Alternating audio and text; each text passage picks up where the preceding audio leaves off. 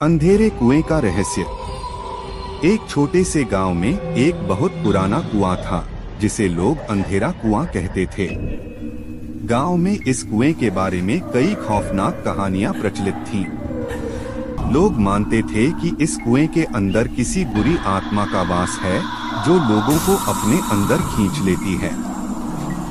कई सालों से इस कुएं में कोई झांकने की भी हिम्मत नहीं करता था, क्योंकि जिसने भी ऐसा किया वह कभी वापस नहीं लौटा।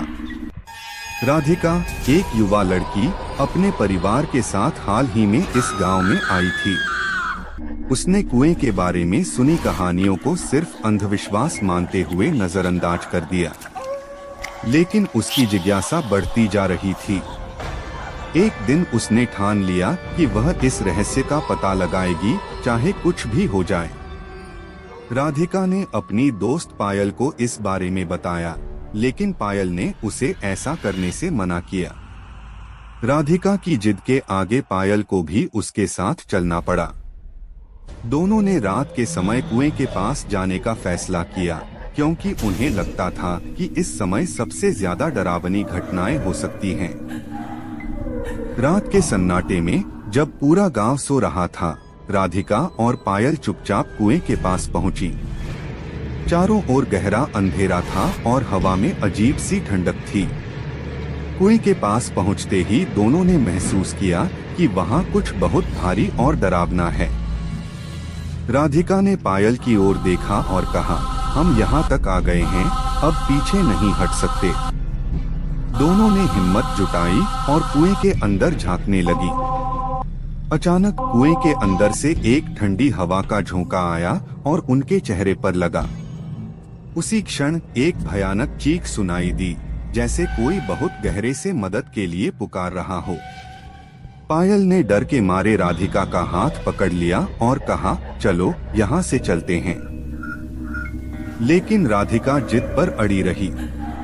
उसने कुएं के अंदर अपनी टॉर्च से रोशनी डाली। अचानक टॉर्च की रोशनी के साथ एक परछाई उभरी जो धीरे धीरे बड़ी होती जा रही थी।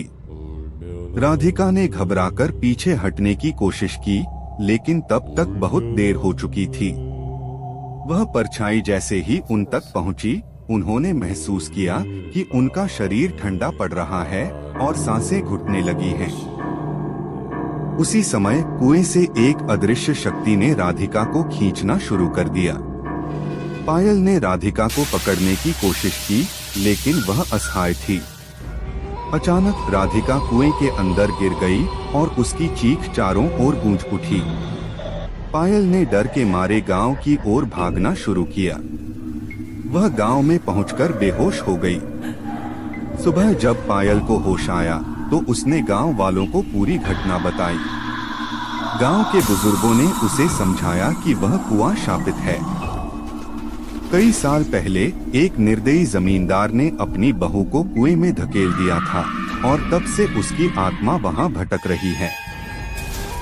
जो भी उस कुएं के करीब जाता है, वह उसकी आत्मा के गुस्से का शिकार हो जाता है।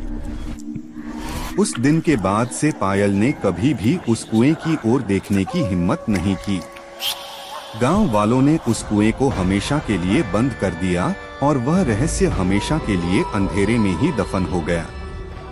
कहते हैं उस रात के बाद से राधिका की चीखें अब भी कभी कभी उस कुएं से सुनाई देती हैं, और जो भी उस चीख को सुन लेता है वह एक हफ्ते के अंदर गांव छोड़ देता है।